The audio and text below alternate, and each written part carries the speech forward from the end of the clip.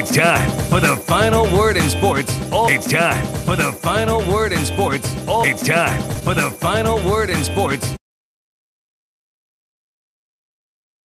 Will, why you putting your hair in your face? Once again, what's up with our gremlins in our computer? How long did you work on this opening that we're not going to get a chance to hear at the opening? It's not my fault, and guys. Don't use any profanity. It's not my in fault. Expressing your feelings. It's not my fault. No. Ever since we've had the new computers, we have literally had not one clean show. A complete meltdown. We've had not one clean show. I am sure I've heard this computer, just like in the movie, said, I'm afraid I can't do that, Will. Not one clean show since the new computers got What here. movie is that? 2001: A Space And Odyssey. it's not blaming anybody. I'm not blaming. We have the I think you are. We have some of the best engineers and they're listening technical tonight folks too, you know, in the world. Click. But we have not had a clean show. It's just a fact. We have not had one clean show. I'm clean. I just showered. How about you?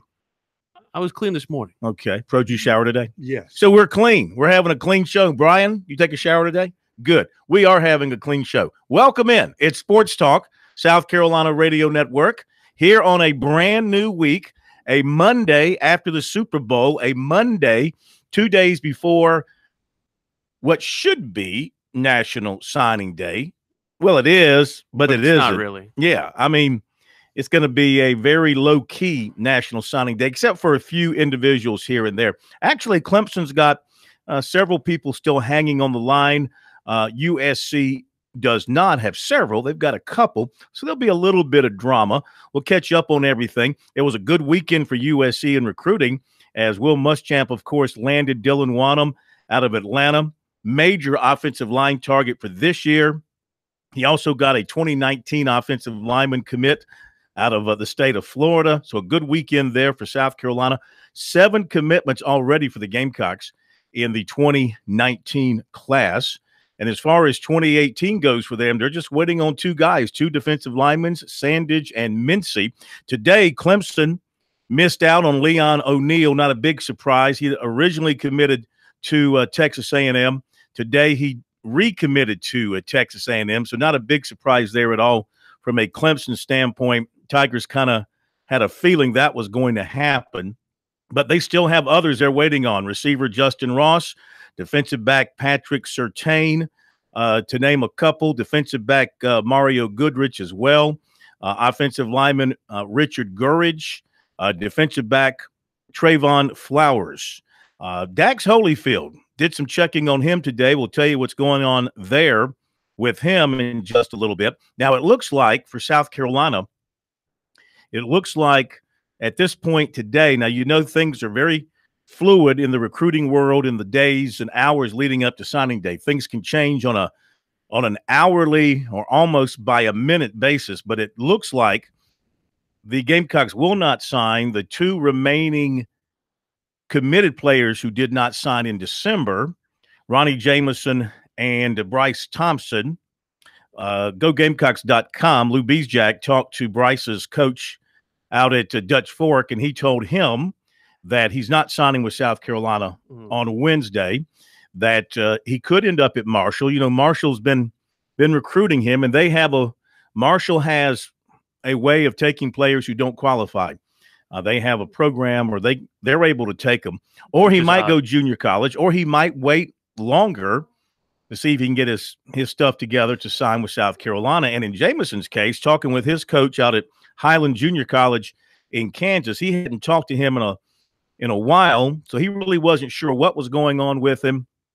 He knows the kid wants to go to South Carolina. He hopes he goes to South Carolina, but he wasn't real confident that was going to be the case. Yeah, I've heard about the Marshall thing. It's popped up in a couple of instances, not just with South Carolina, but with other players. And it's basically a way to kind of gray shirt a guy without gray shirting a guy. And because of that, they're able to kind of get a lot of these guys who were highly touted players who aren't necessarily, who are grade adjustment period situation guys. That's how they got guys like Randy Moss. That's how they got guys like Chad Pennington. I mean, These are guys who probably could have started and had their pick of the litter as far as places that they could go, but they ended up at Marshall because they had particular qualifications. Yeah. So that's something to keep an eye on there. It could turn out for South Carolina if they miss on Sandage and Mincy, which I don't think they will. I think the Gamecocks get Sandage and Mincy. But if they were to miss, they would have a one signee signing day, and that would be Wanham, because they're not signing the other two people committed to them. Everybody else is in.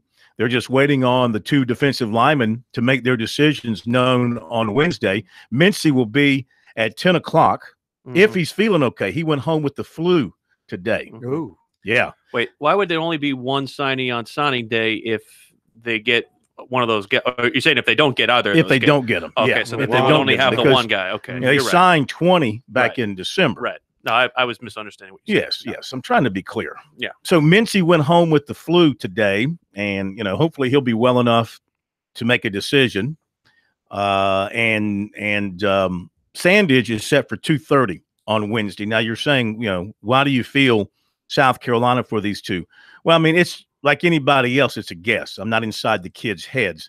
But from following these two very closely, talking to them and talking to people around them, I think that there are people close to the two of them who want to see them at South Carolina. I think that South Carolina has made both a priority, especially Sandage. Muschamp has just been on him like bees on honey. And, it's South Carolina or Georgia. Certainly there are reasons you would go to Georgia, obviously. Right. But I think he'll pick the Gamecocks, and I think Mincy's the coach that's very close to him. I'm not saying he's pushing, but he has laid out for him why South Carolina would be a better fit for him than Tennessee. So, and we'll see. Clemson-wise, I don't think they're going to get Gurridge. Trayvon Flowers, I got a feeling after talking to him yesterday, and of course it could go either way, I got a feeling it's going to be Tennessee for him. He sounded like, Clemson's great, had a great time there, but as he put it, they've won a championship. He said they've peaked. Tennessee is starting to build, and he really likes Jeremy Pruitt, and he thinks that Tennessee has what it takes in place to build, and he wants to be a part of that. That's me saying that for him not saying that, but that's sort of what I took for him. I think from a Clemson standpoint, their best opportunity moving forward, I think Mario Goodrich out of Missouri would be a good possibility for Clemson. And then Justin Ross, Clemson or Alabama, and Auburn in there a little bit too. That one I don't really know. I'm going to guess Clemson. I'm just going to, because of Clemson's offense, the chance to play with the super duper quarterback, to catch a lot of passes.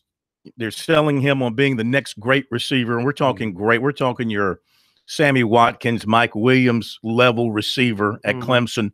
And I think at the end of the day, as much of a pull Alabama might be, Phoenix City is actually, even though it's in Alabama, it's closer to Georgia. Right. I mean, it's in Alabama, but it's like right there in Georgia too. So, it's not like he's right there in the heart of Crimson Tide country from the standpoint of being in Birmingham or Tuscaloosa. It's hard to pluck somebody out of the state of Alabama, though. It is. It's very hard. And going back to the two Gamecock hopefuls with Mincy and Sandage, I'd be more confident on Sandage than I am on Mincy, just because of all I've read and heard. And I think that Mincy, the draw of Georgia is very, very. Tennessee. That's what I meant. The draw of Tennessee is very, very alluring.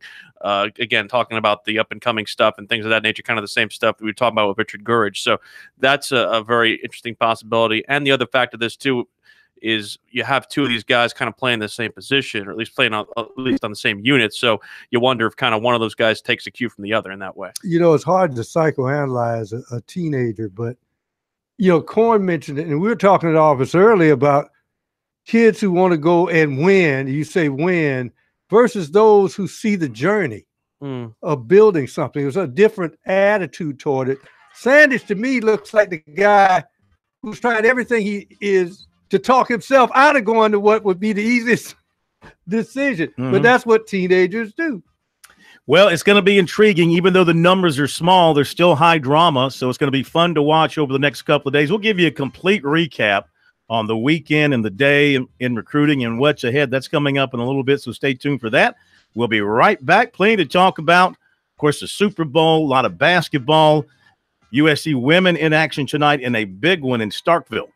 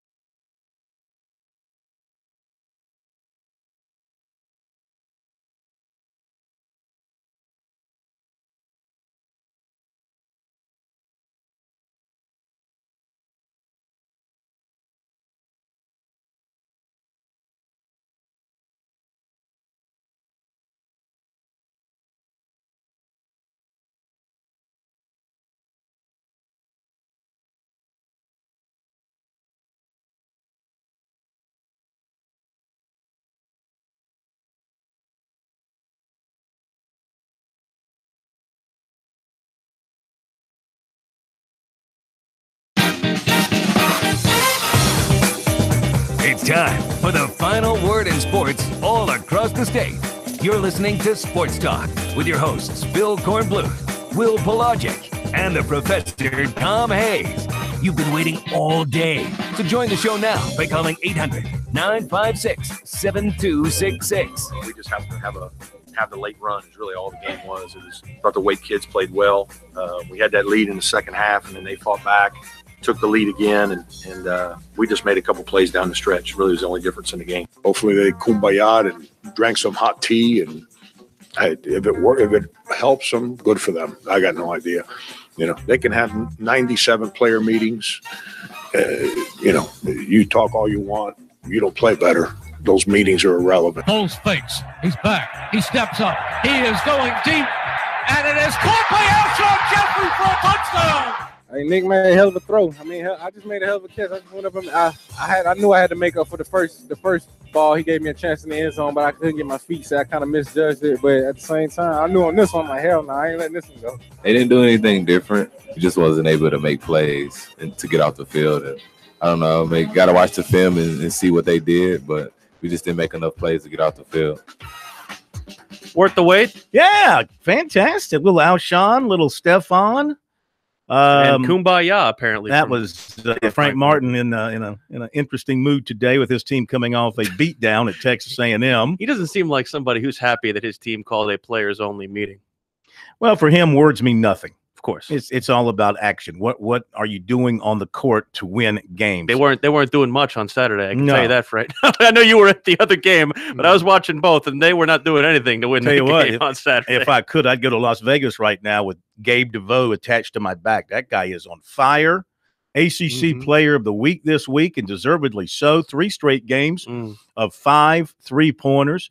He's in that zone where it doesn't matter what the shot or what his body looks like going up. It's going in. He had a shot against Wake Forest late to help fend off their comeback where he did like he rose up, he scissor kicked his legs, but got the ball away, and it was net. It was another 3-pointer. Clemson playing very good basketball right now. In fact, the new polls out this week, the Tigers moving up as they win games. They got a game on Thursday against Pitt, which is pitiful. Pitiful Pitt. That should be a Clemson win. The Tigers this week, 15 by the coaches, 16 by the AP. Villanova is 1, Virginia 2, then it's Purdue, Michigan State, Xavier, Cincinnati, and Texas Tech.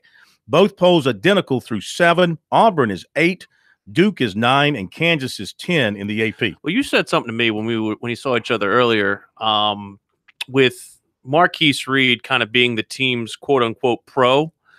I think that Gabe DeVoe, if he could prove to NBA scouts that he can play on-ball defense with the kind of volume scoring that he has, I'm not saying he'll get drafted, but he can get himself a gig. Yeah. Well, Gabe DeVoe has shown his stroke earlier, corner, but wasn't getting much playing time because of his defense.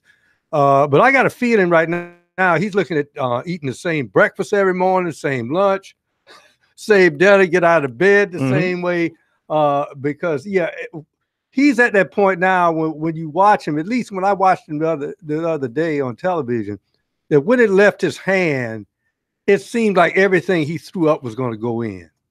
And when you get in that kind of zone, you want to stay in it as long as you can. As far as South Carolina is concerned, every team in the SEC other than Auburn is schizophrenic.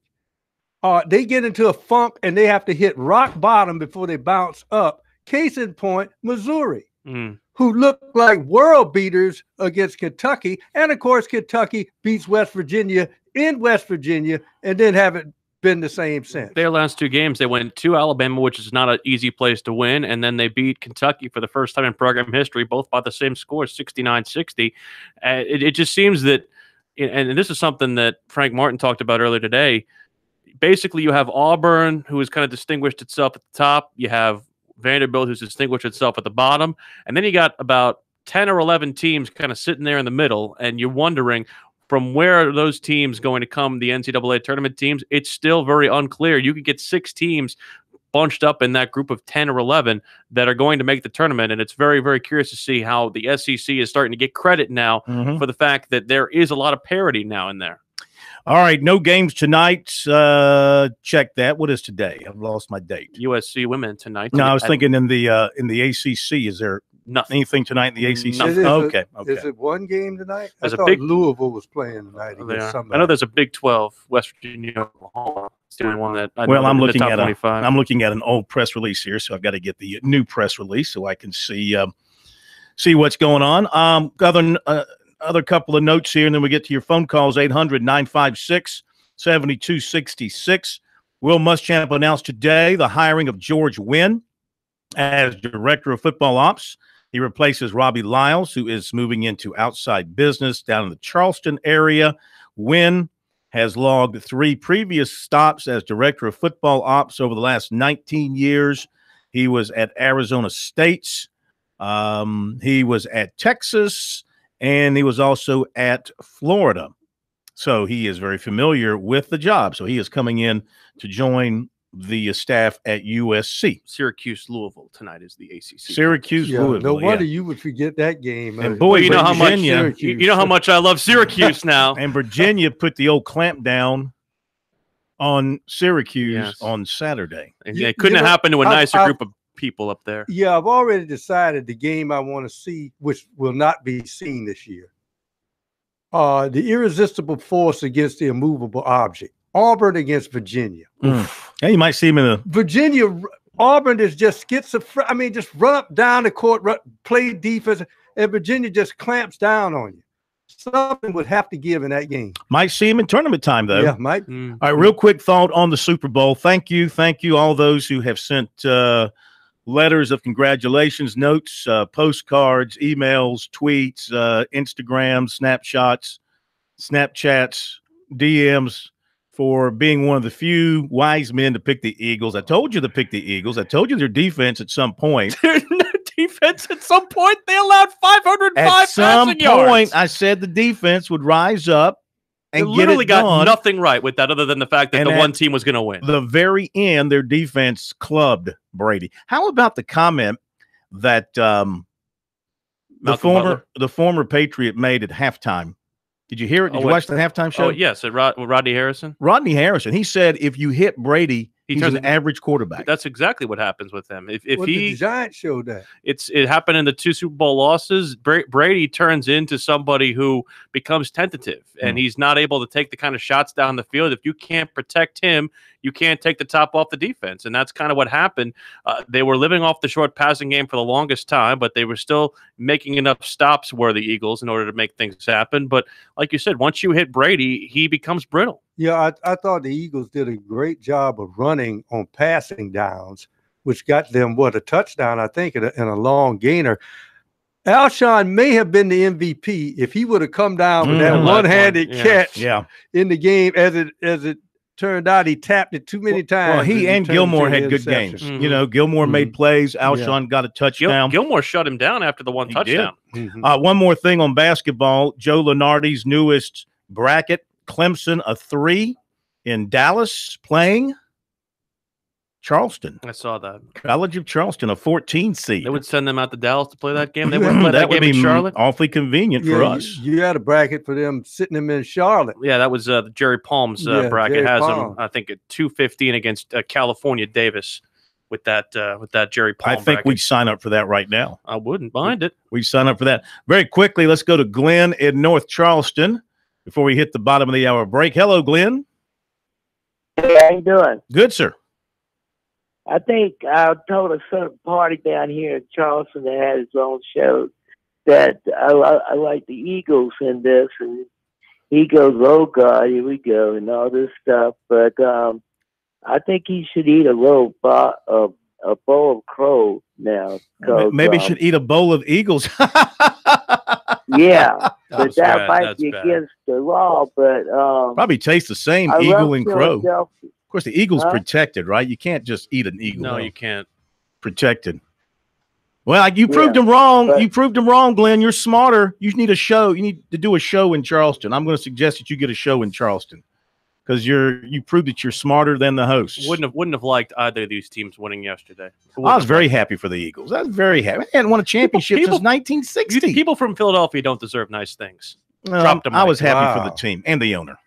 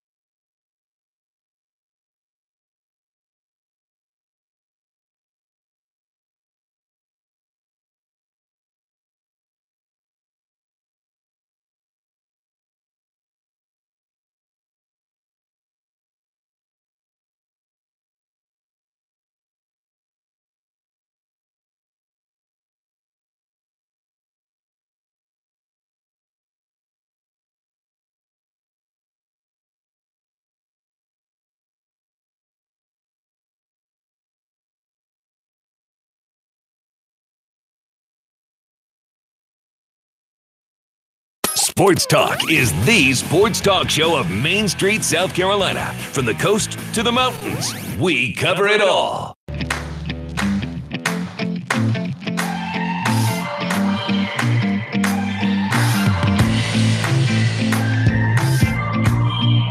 We are back. It is Sports Talk, South Carolina Radio Network from downtown Columbia. Phil Kornblut, Will Pelagic, and the professor. Tom Hayes, 800-956-7266. Email talkback@sportstalksc.com. Sign up and follow us on Twitter if you haven't at SportsTalkSC. Coming up, we'll hear from USC's Frank Martin from today, Clemson's Gabe DeVoe following the game against Wake Forest on Saturday, in which he was outstanding once again from the outside with 5 more threes, a team-high 24 points. And we were talking about bracketology, and as you were saying, we were talking about the Jerry Palm bracket. He does have Clemson in Charlotte right now as a 2 seed to play UC Davis. So the more they win, and they got a winnable game coming up on Thursday at home against Pitt, the more they win, the closer they get to Charlotte for the tournament. I hate to drastically change, but I do want to get you on record as saying something from the Super Bowl discussion we were having earlier. You are on record of having liked the halftime show last night with Justin Timberlake? No. I mean, I was like, indifferent. It was awful. I like, he did a lot of dancing. I don't. Did he not sing a song that was popular or anything? I don't know his music. He sang a lot of his hits, but again, it was not very good. I actually liked him in the Facebook movie. He was in that movie. Yes. It's pretty good. The Social Network. Is he a better actor than he is singer? I mean, is he more of an actor? I think he puts down as an entertainer. Like Lady Gaga last year, she sang. Yeah. She is a singer. But she is a singer. But didn't he sing? He was singing. He was not really singing. Wasn't lip syncing. He was singing, right? I didn't really. Well, how about the national anthem? She did a great job. On the flu, by the way. Yeah. And she did a great job. Did she have a better flu game than Michael Jordan did? And they're both pretty good. Both pretty good. That's a big question. I thought Mike was acting a lot in this flu game. To the phones we go once again. Bill in Fountain Inn. Welcome into Sports Talk tonight. How are you? It's Delvin in Fountain Inn. I'm sorry, I got them confused. It's Delvin in Fountain Inn. But, Delvin in Fountain Inn. Okay. Yeah. I knew the Eagles were going to win when Brian Thomas got into the Hall of Fame. They brought a lot of motion to Minnesota. I mean, you can hear all the Eagles fans get excited about that when Brian Thomas got officially to the Hall of Fame. I said, this is going to be a good weekend for the Eagles. Yeah, we should mention, of course, the former Tiger getting into the Hall of Fame. And what a great player he was at Clemson and then in the NFL with the Eagles. And then I think at the end with the Broncos.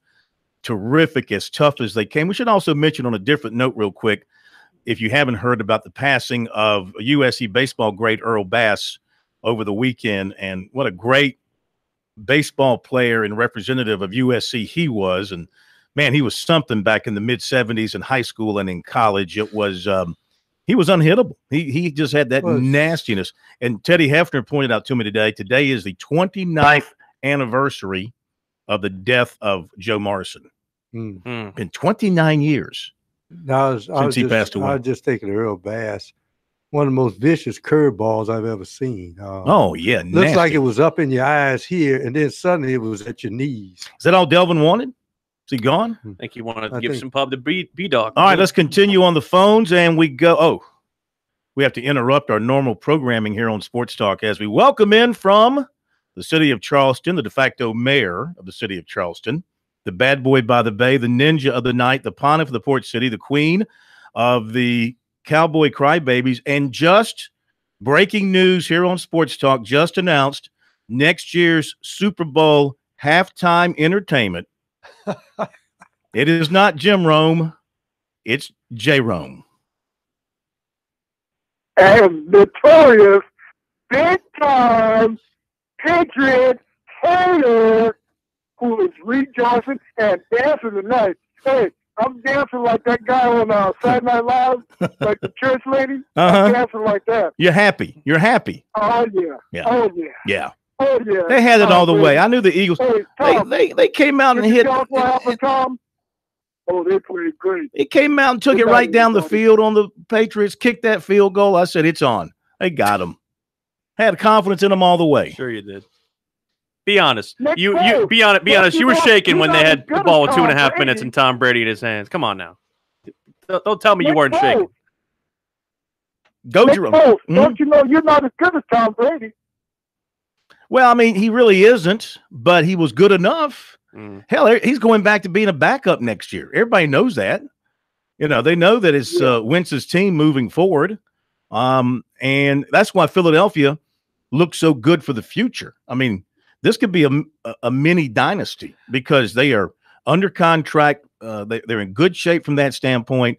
They're young in a lot of areas, and they got a great quarterback to build on who's going to be hungry to want to get his ring. You know, he got him to the brink, and then he gets hurt, and his backup came in and did a great job. Now he's going to want to get him to the championship to get his formal ring. I think about last year's national championship game in a way, the fact that you had the guys talking about leaving, like the two coordinators talking about leaving. I wonder how much of a distraction to the game plan and game prep that was, because it seemed like Doug Peterson had an answer for anything that they brought defensively with Matt Patricia's D.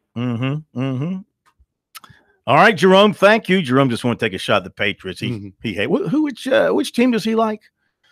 Is he a Panthers fan? I thought he liked the Cowboys. You said that's right, Cowboys. That's right. Cowboys. Yeah. But the one thing that people were nervous about is every time they went to the replay, is this where they're going to help New England out? Absolutely. And the joke was there wasn't even anything to discuss on Ertz's touchdown. He was a runner after he caught the ball. Clearly. And he crossed the goal line. But here's the issue. It has nothing to do with the way the rule reads. It has everything to do with the way they have adjudicated that rule over the course of this season.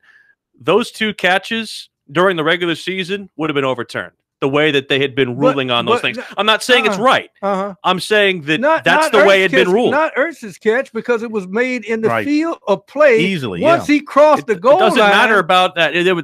They made the same ruling on the Jesse James touchdown because he was going to the ground. When you go to the ground, but he dove.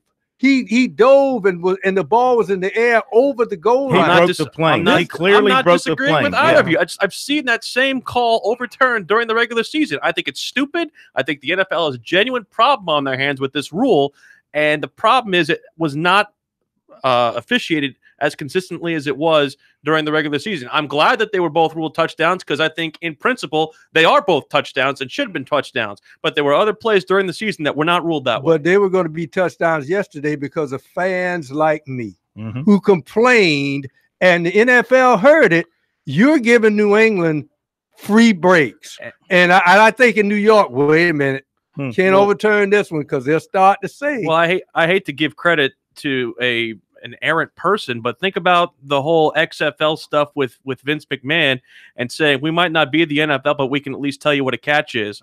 Don't think that didn't have some reverberations on Park Avenue in New York. Well, they've got to get some clarity, because I mean, part of the problem is too, you listen to Chris Collingsworth, who is up in the booth, like you said, based on the way they've been calling it, that's not a catch. Right. That's not a catch. And of course, it turns out to be a catch. Now, in my eyes, I wasn't thinking about what had been called previously, like in the Ertz catch. Because your team hadn't been burned, jobbed over the last. Yeah. Well, but I mean, in that catch, he clearly caught the ball, took 2 steps, put the ball over the goal line, and then it was knocked out of his hands or whatever. Under the old ruling, that would have been a touchdown. I don't know, because that had nothing to do with him going to the ground. He broke the plane clearly after making a football move. Well, that's why the referee explained it as well. He said he became a runner. He became a runner, and as soon as he broke the plane, it's a touchdown. That's the way that the rule reads. But again, I've told you, I've seen that one called the other way before this season, and it's stupid. And that's why because they don't know what the heck they're doing in there. I think Al Riveron is a fool and a buffoon. But, that's another thing entirely. All right, 800-956-7266. Our number here on Sports Talk. We've got recruiting coming up for you here in just a couple of minutes. A lot of recruiting information to go over from today and from over the weekend as we head towards National Signing Day number 2 on Wednesday. Diet National Signing Day. Yeah, slim down National Signing Day. I guess, on the one hand, dollar menu. It's crazy in December now, which I'm not real crazy about because you're screwing up everybody's Christmas vacation to have a signing day 5 days before the holiday. But then again, the flip of that is it makes for a very light February. I still don't find it. Like I was saying, Muschamp and his crew look like they want to have a signing day this summer with these 2019 recruits. I think he'd sign up for it.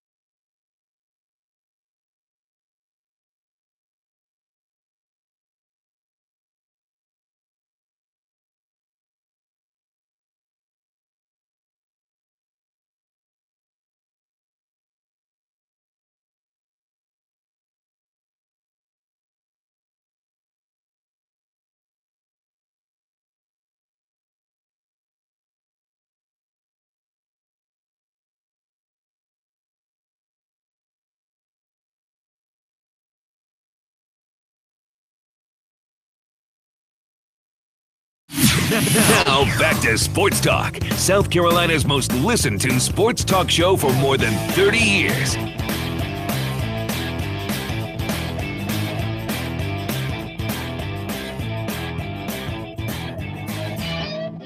Okay, we're back. Sports Talk, South Carolina Radio Network. What do you say we get into the recruiting report? It's pretty lengthy, so I'm gonna go get a beer. I suggest that if you're not interested in recruiting, and that's very few of you, but if you want to go walk the dog or go play a round of golf or something, by the time you finish up, we'll be about done. So that's how much we got, man. It's a lot of stuff from over the weekend and heading into signing day light. That's what we'll call it, signing day light on Wednesday. Still important, but just not as loaded with stuff that we had back on December 20th.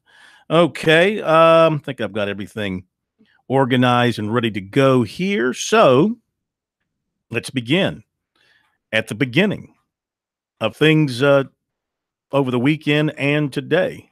And first of all, of course, on Saturday night, offensive lineman Dylan Wanham, Tucker, Georgia, announced a commitment for the Gamecocks for 2018. That gives the Gamecocks 22 for the class, including a pair of commitments, Bryce Thompson, Ronnie Jameson, who did not sign in December. More on those guys coming up. His coach, Brian Lamar, said that Wanham's a very talented lineman, very physical and nasty, comes off the ball well, loves to win against the guy on the other side. Of course, his brother is a defensive end at USC, a very much up-and-coming defensive end at South Carolina. And this is a young man they expect to come in and contribute right away at USC if he gets the offense down and gets himself in SEC condition to be able to play. Now, also on Saturday, offensive lineman Vincent Murphy, 6'4", 260 of Fort Lauderdale, committed to USC after taking an unofficial visit earlier in the day. He can play center and guard. By the way, Wanham picked USC over Tennessee and Auburn. Now, Vincent Murphy, 6'4", 260, Fort Lauderdale, can play center and guard. He also visited USC for the junior day in January. Other offers for him, Texas, Georgia Tech, Tennessee, Michigan State, East Carolina, Missouri, Kentucky, others. That gives USC 7 in the 2019 class.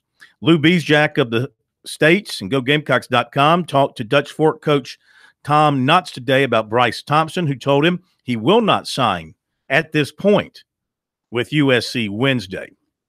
At this point, I guess maybe being an operative phrase there to keep in mind. Things can change between now and Wednesday.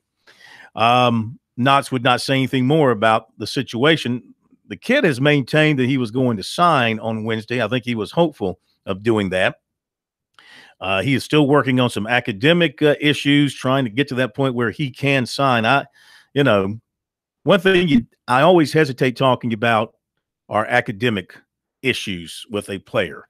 I try to talk in as general terms as possible because the player deserves that kind of privacy, I think.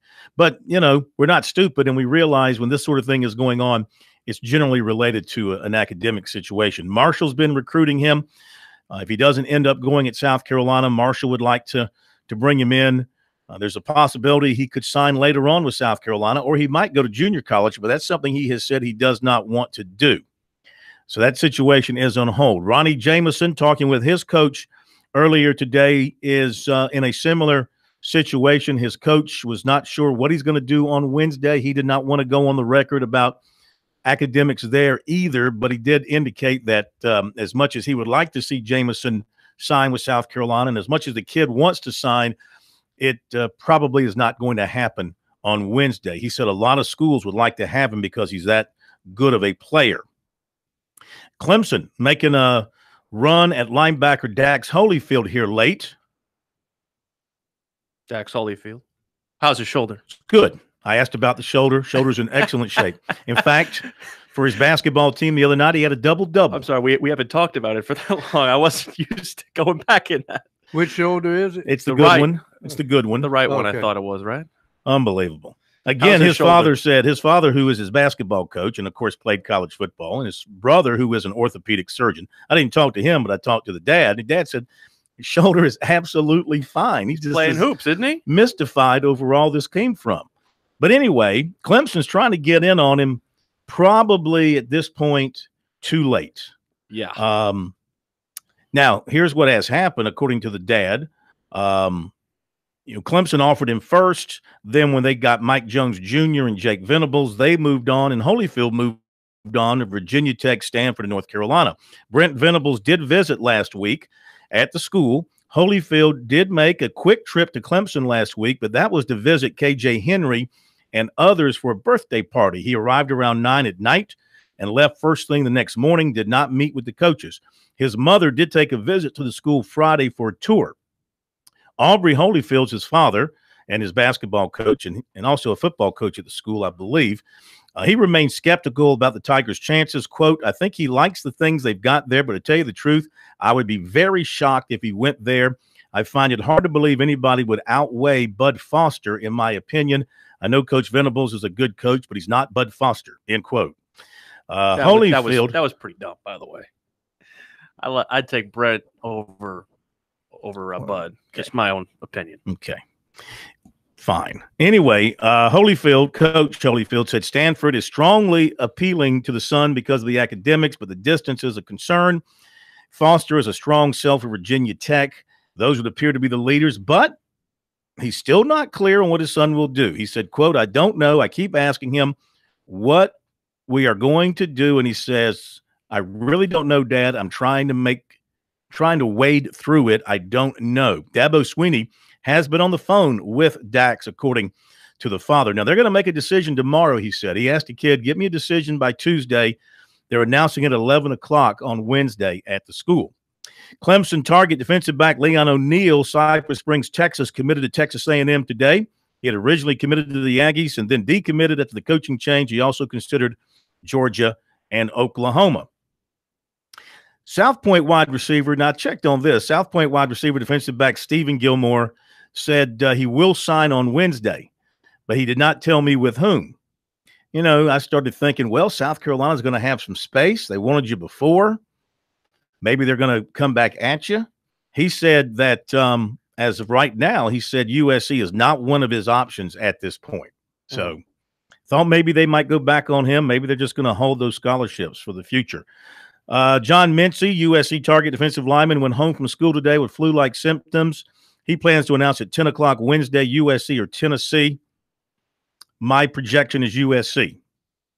USC target defensive lineman Rick Sandage of Concord, North Carolina, has set his announcement time for 2:30 Wednesday. He'll go with USC or Georgia. My projection is USC. Clemson target defensive back Mario Goodrich leaves Summit, Missouri. Will announce between 8:30 and 9:30 on Wednesday morning. Clemson, Georgia, LSU, the finalists.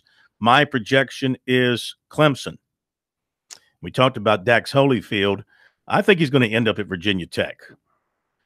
Former USC commitment defensive back Marlon Character is deciding between Louisville and West Virginia. Let's see here. Former USC commitment offensive lineman Lamarius Benson of Covington, Georgia, committed to Central Florida. Chapman running back DJ Twitty was offered by East Tennessee. He also has a walk-on offer from USC. Spartanburg linebacker Connor Shugart committed to North Greenville. He had considered a preferred walk-on offer from USC. Conway defensive lineman Malik Morant committed to Newberry. USC's in the top 10 with defensive end Derek Hunter of Fort Myers, Florida. I won't name the other 9. Please don't. USC and Clemson target 2019 defensive end Curtis Fan, Twin Cities, Georgia, was offered by Notre Dame. USC target 2019 defensive end Joseph Anderson, Murfreesboro, Tennessee, was offered by Arkansas. Dorman receiver Jacoby Pinckney was offered by NC State. USC offered offensive lineman Will Putnam of Tampa, 6'4", 280, and 2020 offensive lineman Marcus Henderson of Memphis. You just made it. Amazing. What's that? You just made it. That was it. I thought, right? No. I got another 10 minutes to go. Is that true? Is that true? We got more recruiting coming up after the top of the hour.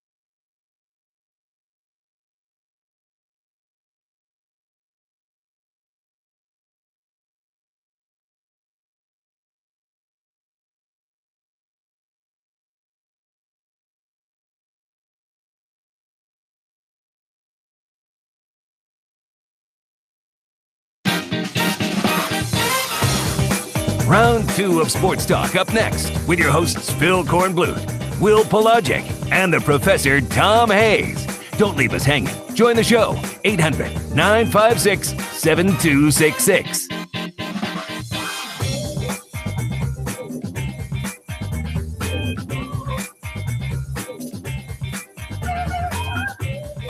Okay, we're back. Sports Talk South Carolina Radio Network. USC out to a 5-4 lead on Mississippi State. Down there at the hump in Starkville. Louisville up on Syracuse 6-3 early in their game at Louisville tonight. By the way, I'm feeling old today. Hank Aaron is 84 today. How do you think he's feeling? We doing birthdays now on the You're show? feeling old? What, Hank Aaron? Yeah, I guess. Okay, you from New York. You guys So don't know about Hank we Aaron. doing birthdays now? Continuing with the recruiting information on this night, because we have more. We have only just begun. Isn't there a song? Yes. With that title? The Carpenters. Yes. I loved old Karen Carpenter. Let's see. Where did I leave off here? I did Mincy. I did Holyfield, Carbs. I did all that. Blah, blah, blah, blah. Okay. So right now, Clemson, 15 signees, and could add 2 or 3 more to their class.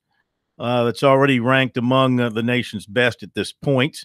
Tigers are holding on receiver Justin Ross, Phoenix City, Alabama, offensive lineman. Let me back up here and give my projection. I think Clemson gets Justin Ross, Phoenix City, Alabama. Really? Offensive lineman Richard Gurridge of Tampa. No, I don't think they get him. Probably sticks with Florida. Defensive back Trevon Flowers of Tucker, Georgia.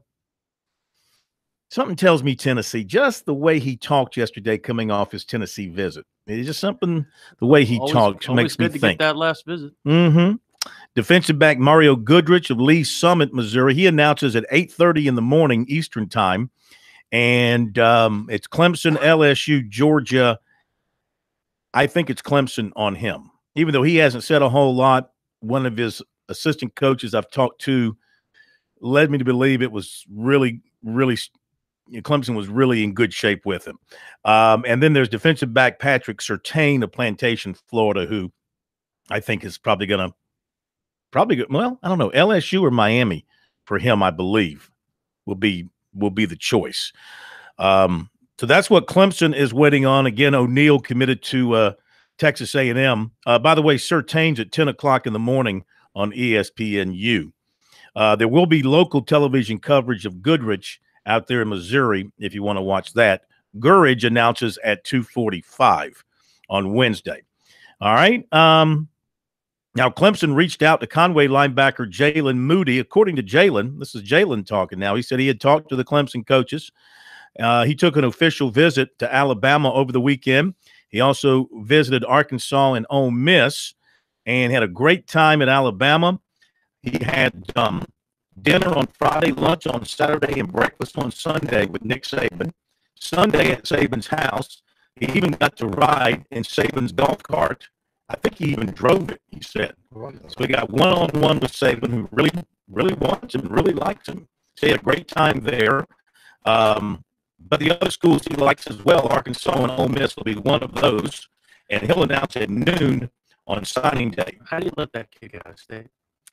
Well, both schools took other linebackers. He was sort of coming along slowly, getting qualified. He's good enough to play at Alabama, Corn. Oh, I believe you.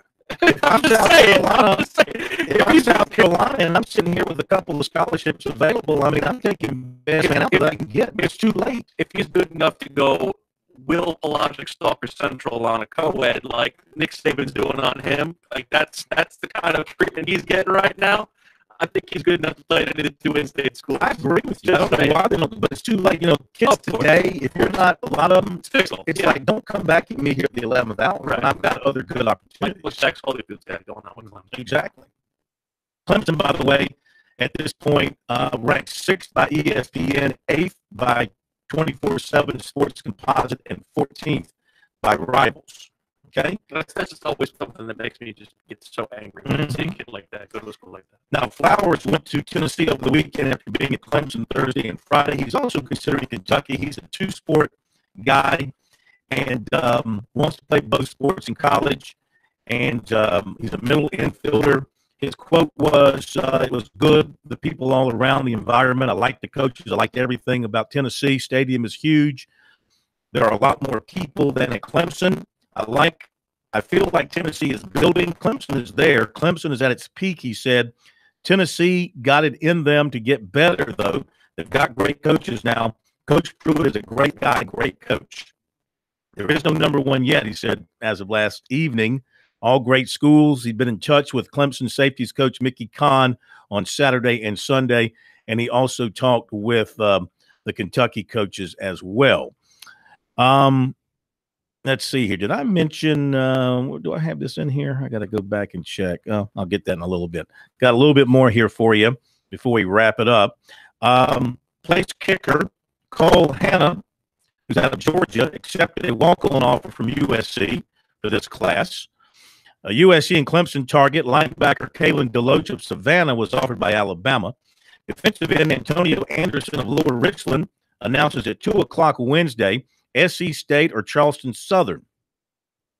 And a safety grad student transfer, J.T. Ibe from Rice. This was on the Rivals Iowa State's website and then picked up by Gamecock Central. He is looking at possibly visiting South Carolina in March for spring practice. He is going on a visit to Iowa State. And maybe he took a visit to Iowa State already. No, I think he's going to visit. He's got a visit coming up. Okay. No. I'm looking at this. Let's see. Going in first visit. He wasn't disappointed in what he experienced. I think he's already taken it at Iowa State. Anyway, he's looking at possibly taking one to South Carolina. He was 5th on the team in tackles in 2017 with 42, including one for a loss. I don't know. I got to be honest with you. He might be a really good player. Rice, though. Well, I just haven't seen where grad transfers. I'm sure there's some cases where grad transfers make a very big, very positive impact on your team. I haven't seen it up close and personal. From a football standpoint. From a football standpoint, then again, even from a basketball standpoint. Russell Wilson would like a word. Okay, there's exceptions. Russell Wilson. There's exceptions. But I mean, what about that's one. What about the quarterback that transferred to Florida from Notre Dame? Did nothing. Yeah. What about when the kid from Notre Dame transferred to Florida State, kid out of South Carolina, quarterback, did nothing? You know what I'm talking about? Yeah. So I that's a couple of examples, and I'm sure there's some places you can where pull examples of both. I mean, Tommy Reese it just happens. Was it Tommy Reese? Was that who you're thinking of? Who's that? No. Who was the kid from Myrtle Beach? They played at Notre Dame. Right. They transferred to Florida State. Yeah. Gosh, he was such a great player in the state of South Carolina. Oh, I know who you're talking about. Had to sit out a year. Everett Golson. Yes. Yeah. So I don't know. I mean, he was battling with Tommy Reese. That's what I was talking about. Yeah. So if South Carolina thinks it needs help at safety, the Gamecocks apparently are going to have scholarships available, multiple scholarships available. Maybe we can get one to you. So possibly, what would I play? I'd probably play a weak side linebacker. You are weak. So I play dead. Play prone. Let's see if there's anything else I got for you. I think we've got it covered for now. Is that it? Remember to keep an eye on our website, SportsTalkSC.com, also on our Twitter timeline at SportsTalkSC, as we'll pass along to you our information, and we see something of interest from somebody else, we'll pass that on to you as well. One thing we do is share the information of others and give them credit for what they do. So that's called journalism. When you take somebody's information and re-report it, you give them credit so that they are acknowledged for having the story. South Carolina ladies. By the way, that reminds me. Yes. Clemson has a player transferring. They do. Shadell Bell. 15-6. South Carolina leads Mississippi State. They're on an 8-0 run to start. They got their mad on. They're showing the tape of Dar Staley. She's celebrating the Eagles championship with a jersey on and a ski cap. Well, she looks like a corner. With Deuce Staley's old jersey. She looks like a cornerback. That's a personalized one that they gave her. Actually, that's pretty sweet. Yeah, she's a Philly lady, so she was very happy last night. Well, lady, hang on. Don't say it. It's just a slip, man. I cannot ever get that out of my system. The USC females are up on the Mississippi State distaff side of the basketball program, 15-6. Bulldogs scoreless in the last 2.5. One for the Am I good with that? First saying the distaff side.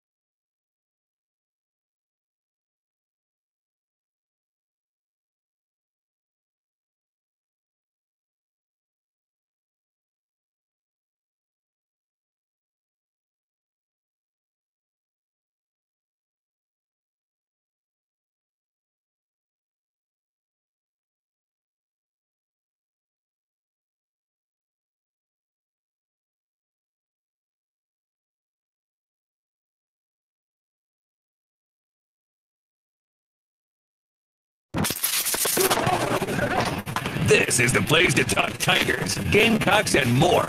Sports talk across the state on the South Carolina Radio Network.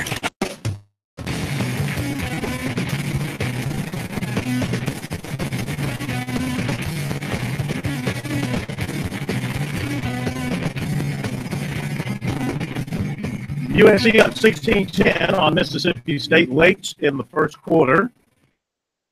Down at Mississippi State. Big game for the USC women as they try to bounce back from that lopsided defeat at the hands of UConn. Meantime, on Saturday, it was Clemson defeating Wake Forest in Winston-Salem, 75-67. A good performance for the Tigers in that it was a nip-and-tuck game all the way. I mean, this game, they didn't really put it away until the final minute. They hit their free throws down the stretch. They hit a big three. Marquise Reed hit a big three for them down the stretch.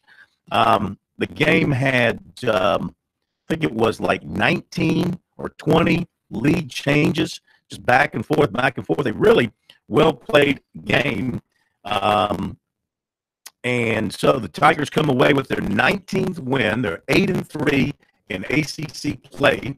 It was DeVoe with 24, Reed with 22. The backcourt, DeVoe, Reed, and Mitchell combined for 56 of the Tigers' points. Didn't get that much inside. The big man, Moore, you mentioned him last week, Pro. He is tough inside. He had 9 points and 13 rebounds. Biggest guy that they are going to see all year. He's like 7'1", and he also has got a real burly build to him. I thought it was a real shrewd move that Brad Brownell made after Marquise Reed picked up his fourth foul to not only leave him on the floor, but to go to that zone. And from then on, you really saw Wake Forest not able to do anything from the perimeter or anything penetration-wise. You saw them have a lot of empty possessions. You saw them make some turnovers. And I want to know if you noticed this, because you haven't seen Clemson live since we mentioned this last time. David Scarra, the way that he plays defense has begun to really lead by example with Clemson. And we talked kind of about how, he doesn't really do a lot scoring-wise, doesn't really do a lot rebound-wise, so his contributions are hard to quantify.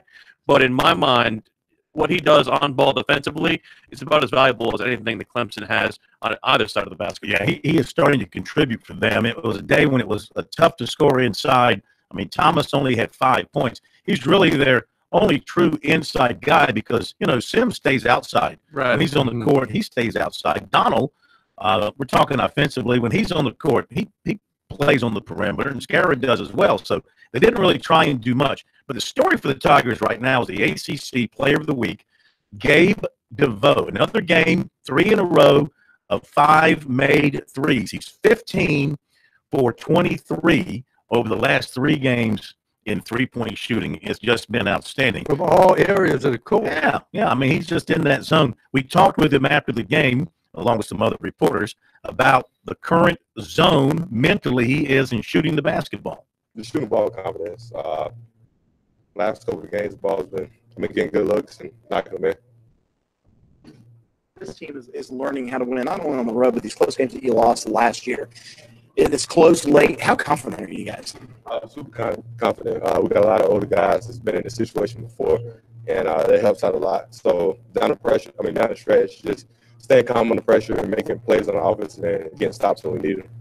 5 3-pointers in 3 consecutive games. Are you feeling it right now? Is that the best way to put it? Yeah, pretty much. I feel like every shot I take is going in, and fortunately, they've been going down lately. It's not a particularly tough environment, but to get another road win in ACC, I mean, what does that mean? It's always hard to run on the road, no matter where you play. And this is a game that just came out beating Florida State, got to get a win. Had a little momentum going into it. We just knew we had to come in and battle. It's going to be a tough game, and we made plays down the stretch. Did you guys kind of figure as a guard, knowing that they had the rim protector, the big guy inside, that the perimeter game was going to have to be sharp today? Yeah, Darrell Moy is a good shot blocker, but we try to bring him out, make him move, put him in ball screens and things like that, get him away from the rim. And fortunately, we were making shots tonight. But you were able to drive to the basket a couple times early. You feel like that opened up some things? Oh, yeah, for sure. A lot of driving kick threes and things like that. I put our backcourt up against anybody in the country. So, how about the maturity of the team hitting those free throws in the last minute, kind of stretch this thing out a little bit? That was huge. David Scarr made some big free throws. Marquise Reed made some big free throws. So whenever you can knock those down, huge. You guys held them at one bucket in the last 5.5 minutes of the ball game with a bunch of guys with 4 fouls. What does it say about the way your guys are playing defense? It's huge. We switched the zone down the stretch, and we couldn't figure it out. And main thing in the zone is just rebound the ball. And Eli had some huge rebounders for us down the stretch. One thing that we talked about in the North Carolina game that they didn't do as well in the Wake Forest game, assist to basket ratio. They had 17 baskets for 24 shots made against North Carolina. They had 10 assists on 24 baskets against Wake Forest, less than half. I'm telling you, they need to get to that 2/3 level in order to have the best chance to win. They were able to be very fortunate because of the way they played defense down the stretch. But if they're going to win ball games against top competition, they need at least 2/3 of the assists on baskets. Well, we talked about this last year.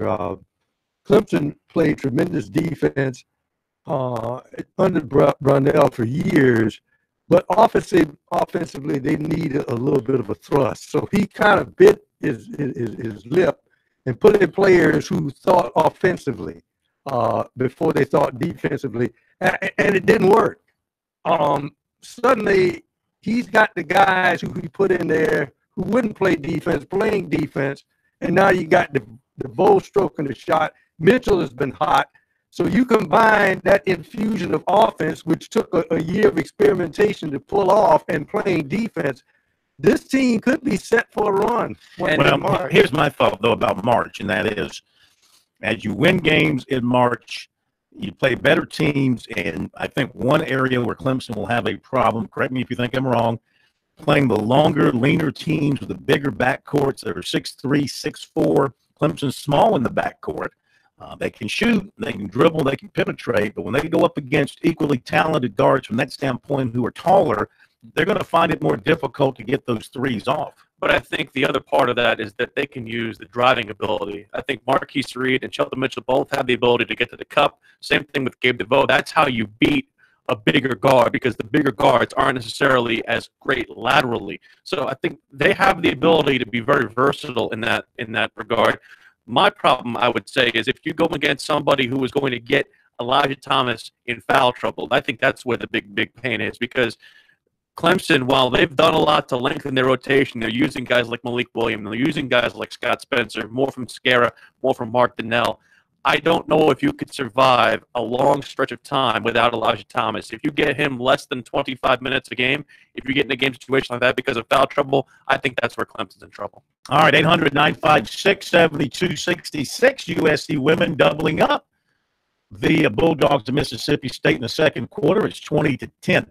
To Mississippi State undefeated, leading the SEC. USC having suffered a couple of losses here recently with Tennessee, most recently with Connecticut. High-profile losses, guys. So for the USC women, this is as much a statement game as it is just a regular SEC road game for them. Well, not only that, but I think that Mississippi State comes in with all the pressure on them trying to avenge what happened last year during the NCAA tournament. And I think also from South Carolina's standpoint, they had to take a little bit of humble pie over the last couple of games, especially when you think about what happened with Connecticut. I think that Connecticut kind of came into that game on Thursday with a little bit of juice, wanting to prove themselves and at least continue their proving ground as the gold standard in women's college basketball. But right now, South Carolina is sitting there saying, we all we got at this point. Well, I'm watching the USC women play here. They look nothing like the team that played Connecticut the other night. Well, Connecticut can do that to you. Well, I was going to get to that. They look aggressive. They look confident. They look like they think they're the better team and they're playing their game. Now, when you play UConn because of their talent level and their coaching, the way they do things, but still, the body language of the South Carolina women when they play UConn is not the same when they play anybody else. And I would continue you that UConn's body language is not the same as they had in the Coliseum. What they wanted to do was tell South Carolina, we're still the champions. Take this crowd out of the game early. They normally don't do that because they play in that conference where they can just maul people. When USC's men played Kentucky, you said they were going to have to conquer the mental edge of what's on the front of the jersey. That's what happened to South Carolina in the inverse last Thursday. Okay, we'll hit a break. We'll be right back.